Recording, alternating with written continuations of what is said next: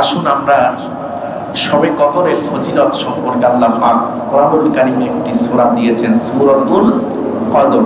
সূরাতুল কদর কোরআনুল কারীমের ৯৭ নম্বর সূরা। কয় নম্বর সূরা? ৯৭ নম্বর সূরা। এই সূরাতুল কদরে, সূরাতুল কদর শব্দের অর্থ হচ্ছে সম্মানিত, মহিমান্বিত। বলেন সুবহানাল্লাহ। কদর আমরা একটা ভাষাও ব্যবহার করি প্রচলিত, যেটা তোমার কদর বেড়ে গেছে। বলেন না সুবহানাল্লাহ। সম্মানিত ব্যক্তিরা যখন একটু মিস করে না, কাছের মানুষগুলোকে ভুলে যায়, ডাকে না, তখন আমরা কি বলি? তোমার অনেক কদর বেড়ে গেছে, আমাকে চিনোই না। বলেন ঠিক কি না? আল্লাহ পাক এই সূরাতুল কদরের মধ্যে এই কদর শব্দের অর্থ দিয়েছেন সম্মানিত। বলেন সুবহানাল্লাহ। আল্লাহ রাব্বুল আলামিন বলেন, ইন্না আনসালনাহু ফি লাইলাতিল কদর। ইন্না আনসালনাহু ফি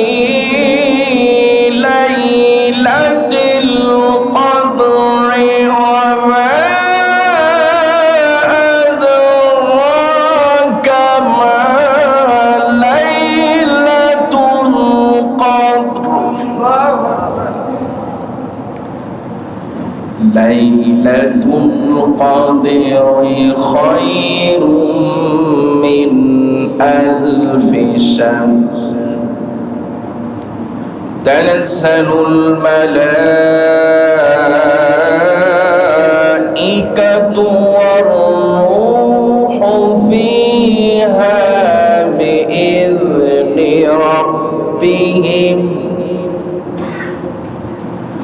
বিইذনি রাব্বিহিম من كل أمر سلام هي حتى مطلع الفجر।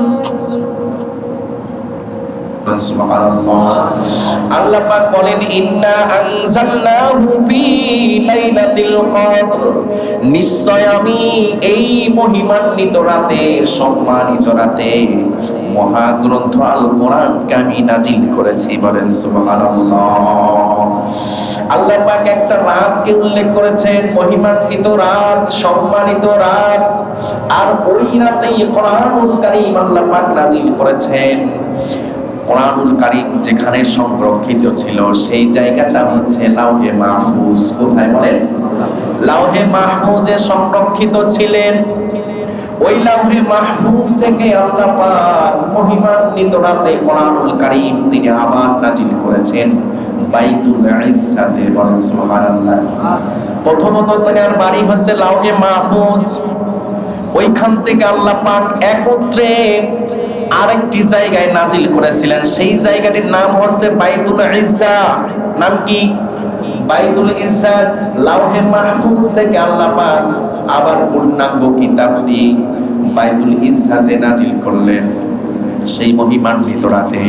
ওইখান থেকে আমার আপনার রাসূল, আমার আপনার দরদি নবী মুহাম্মদুর রাসূলুল্লাহ সাল্লাল্লাহু আলাইহি ওয়াসাল্লামের জীবনে ৬৩ বছর ধরে ক্রমান্বয়ে অবস্থান, কাল, পাত্র ভেদে, প্রয়োজন অনুযায়ী বাইতুল ইজ্জা থেকে নবীজির উপর কোরআন নাজিল হয়েছে। ক্রমান্বয়ে আস্তে আস্তে একটি একটি করে, দুইটা দুইটা করে, যখন যতটুকু প্রয়োজন নবী মুহাম্মদ সাল্লাল্লাহু আলাইহি ওয়াসাল্লামের উপর নাজিল হয়েছে বাইতুল ইজ্জা থেকে নবীর উপরে। যখন যতটুকু প্রয়োজন ছিল আল্লাহ পাক বাইতুল ইজ্জা থেকে নবীর উপর নাজিল করেছেন এই কোরআন। কয় বছর ধরে? ৬৩ বছর ধরে নাজিল হয়েছে। বলেন সুবহানাল্লাহ। ২৩ বছর ধরে। কয় বছর ধরে? ২৩ বছর ধরে এই কোরআন বাইতুল ইজ্জা থেকে নবী করিম সাল্লাল্লাহু আলাইহি ওয়াসাল্লামের উপর নাজিল করেছেন। একবারে একত্রে নাজিল হয়েছে বাইতুল ইজ্জাতে। কোন রাতে? লাইলাতুল কদরের রাতে, মহামান্বিত রাতে। বলেন সুবহানাল্লাহ। আল্লাহ পাক বলছেন তোমরা কি জানো এই লাইলাতুল কদর কি? ওমা আদরাকা মা লাইলাতুল কদর, তোমরা কি জানো এই লাইলাতুল কদর কি? আল্লাহ পাক বলেন, প্রশ্ন করেছেন। ওমা এটা হচ্ছে ইস্তেফাম, প্রশ্নবোধক শব্দ, প্রশ্নবোধক চিহ্ন। ওমা আদরাকা মা লাইলাতুল কদর, ইস্তেফাম শব্দ, প্রশ্নবোধক শব্দ ব্যবহার করেছেন আল্লাহ, যেটা আমরা ইংলিশে বলি আপনার ইন্টারোগেটিভ প্রশ্নবোধক। আল্লাহ পাক এখানে বলেছেন তোমরা কি জানো লাইলাতুল কদরটা কি, এর ফজিলত কি, এর দাম কি, এর সম্মান কি? বলেন সুবহানাল্লাহ। আসলে তো আমরা জানি না। আল্লাহ পাক বলছেন, পরবর্তী আয়াতে বলছেন লাইলাতুল কদরি খায়রুম মিন আলফি শাহর, লাইলাতুল কদর এই মহিমান্বিত রাত হচ্ছে খায়রুম মিন আলফি শাহর, হাজার মাসের থেকে উত্তম একটি রাত। বলেন সুবহানাল্লাহ। হাজার মাসের থেকে উত্তম একটি রাত, সেটা হচ্ছে লাইলাতুল কদরের রাত। এই রাত বেজোড় সংখ্যা। রাসূল সাল্লাল্লাহু আলাইহি সাল্লাম শেষ দশকে এই কদর তালাশ করেছেন, রাত্র জেগে কিয়ামুল লাইল করেছেন, তাহাজ্জুদ করেছেন, নামাজ আদায় করেছেন। আমরা এই বেজোড় রাতগুলোকে আমরা বেশি বেশি ইবাদত বন্দেগী করার চেষ্টা করব, জিকির করব, ইস্তেগফার করব, নফল নামাজে দাঁড়িয়ে থাকবো। রাজি আছি সবাই ইনশাআল্লাহ? এই তো আমাদের মাস থেকে রমজান চলে যাচ্ছে, আর মাত্র কয়েকটি রমজান আমাদের সামনে আছে।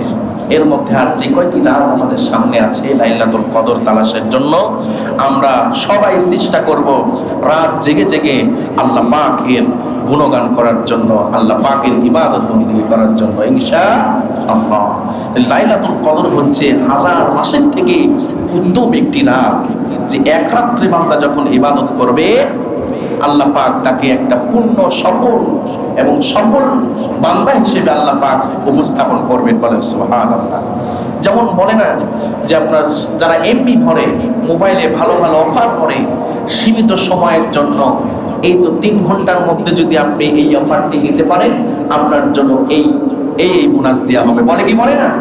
দুনিয়াতে আপনার মোবাইলের অফার নেওয়ার জন্য আমরা ব্যস্ত হয়ে যাই, আর আল্লাহ পাক বলছেন বান্দারে সীমিত সময়ের জন্য তোর অফার দিলাম, তোর জীবনের গুনাহকে মুক্ত করো, তোর জীবনের যা চাওয়া চেয়ে নাও, তোমার যা প্রয়োজন আমার কাছে বলো, তুমি আমাকে চাও, আমি আল্লাহ তোমাকে আমার করে নেবো। বলেন সুবহানাল্লাহ।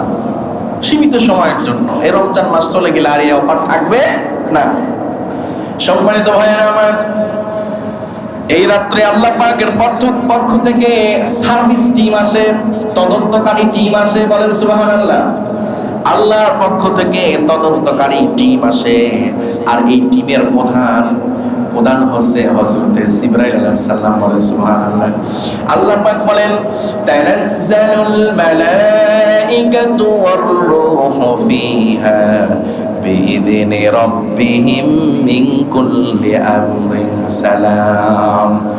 আল্লাহ পাক বলেন এই লাইলাতুল কদরের রাত্রে তানাজ্জালুল মালাইকা, মালাইকা মানে ফেরেশতাগণ, আল্লাহর পক্ষ থেকে ফেরেশতারা এই রাত্রে আসেন।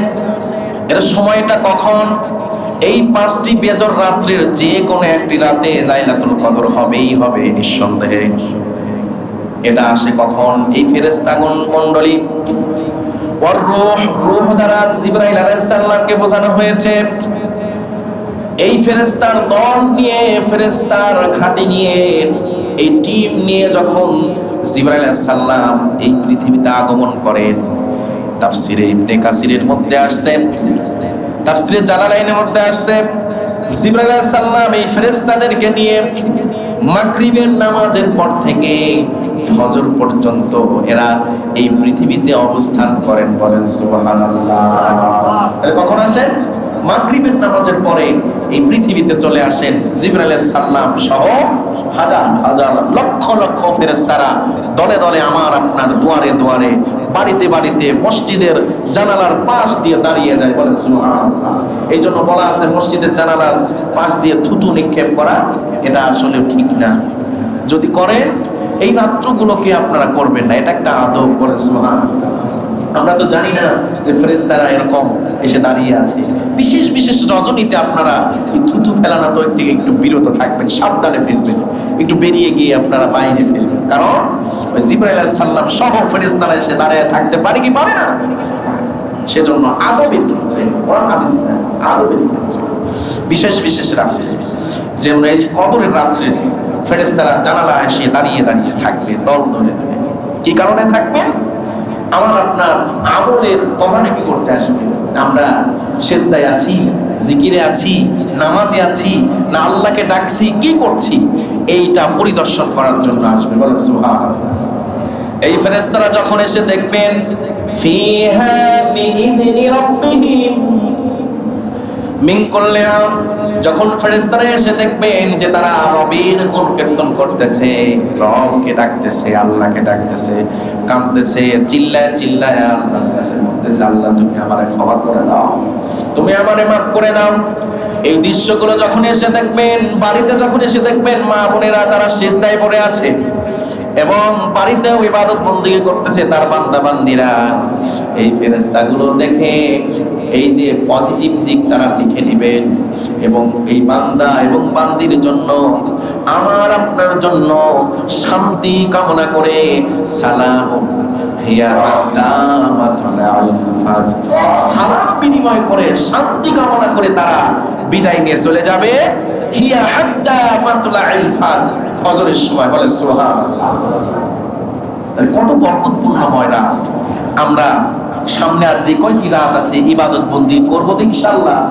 আমাদের মা, আমাদের বাবা, আমাদের আত্মীয় স্বজন এরা কবরে চলে গেছে না? তারা কেমন আছে আমরা কি জানি? জানি না।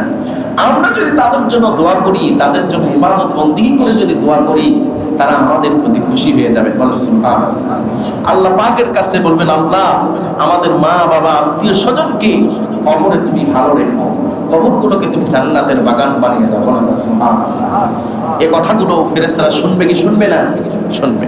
সুতরাং এই পৃথিবীতে আল্লাহর নবী এই শেষ দিনে 10 দিনে এত পরিমাণ কাঁদতেন, এত পরিমাণ আল্লাহর কাছে ক্ষমা চাইতেন যে রাসূল সাল্লাল্লাহু আলাইহি ওয়াসাল্লাম কাঁদতে কাঁদতে দাড়ি মোবারক ভিজে পানি পড়তো তার এই মুখের উপরে। বলেন সুবহানাল্লাহ। রাসূল এত কাঁদতেন কেন? তার তো সব গুনাহ খাতা মাফ ছিল। কেন কাঁদতেন? রমজান মাস আসলে পরেই কবরের মানুষগুলোকে আল্লাহ পাক কবরের আযাব বন্ধ রাখেন, কিন্তু যারা গুনাহগার ছিল, শাস্তির ভিতর ছিল, যাদের আযাব দেওয়া হচ্ছিল, এই মানুষগুলোর কান্না বেড়ে গেছে। আসলে আমাদের জন্মচক্ষু দিয়ে আমরা দেখতে পাচ্ছি না, পাচ্ছি নাকি? এই কবরের মানুষগুলোর এই আযাবের দৃশ্যগুলো যদি এখন আপনাদের দেখানো হতো, আপনারা স্থির থাকতে পারতেন না। ঘর সংসার বাড়ি ঘর সব ফেলে রেখে আপনারা মসজিদে সিজদায় পড়ে থাকতেন। এই জন্য আল্লাহ এটা দেখান নাই। কিন্তু এই কবরের মানুষগুলো যারা এদের রমজান মাস চলে যাচ্ছে, এদের কান্নার আওয়াজ বেড়ে গেছে। বলেন আল্লাহু আকবার। আমরা যদি দোয়া না করি, আল্লাহ যদি তাদেরকে ক্ষমা না করেন, তারা টেনশনে আছে, প্রেশানিতে আছে যে আল্লাহ আবার রমজানের পরে কবরের আযাব শুরু হয়ে যাবে। এই টেনশনে তারা কান্নাকাটি করতেছে। এজন্য আমাদের উচিত তাদের জন্য কিছু পাঠানো, ঠিক কিনা? তাদের জন্য দোয়া করা। মা বাবা সন্তানের জন্য কি করে না বলেন? একজন মা সন্তানের জন্য যা করে অন্য কেউ এতটা করে না। এক বালতি রক্ত চোখ পড়ে যায়, এরা সন্তান জন্ম দিতে গিয়ে, বলেন ঠিক কিনা? কি কষ্ট করে সিজার রুমের পাশে গিয়ে দেখবেন মা মরে যায়, মা কি হয়ে যায়, মা মারা যায়। অবাসের ইনজেকশন দিয়ে দেয়, অজ্ঞানের ইনজেকশন দিয়ে দেয়, মাকে বের করা হচ্ছে। আমি আমার স্ত্রীকে দেখেছি আমার সন্তানের বেলায় 6 ঘন্টা জ্ঞান ছিল না। সিজার রুম থেকে তখন তাকে বের করা হয়েছে, তার মুখটাও খোলা রাখা হয় না, মুখটাও ঢেকে রাখছে। তার মানে মরা মানুষকে বের করা হলো। একজন মা সন্তান জন্ম দিতে গিয়ে সে মৃত্যু থেকে ফিরে আসলো, ঠিক কিনা? যে মা আপনার জন্য এত কষ্ট করলো আর সেই মা মারা গেছে, তার জন্য কিছু ব্যয় করবেন না? তার জন্য কিছু দিবেন না? আল্লাহর রাস্তায় রাসূল সাল্লাল্লাহু আলাইহি ওয়াসাল্লাম সাহাবীদেরকে বলেছেন ব্যয় করার জন্য। সাহাবীরা সব কিছু উজাড় করে দিয়েছে।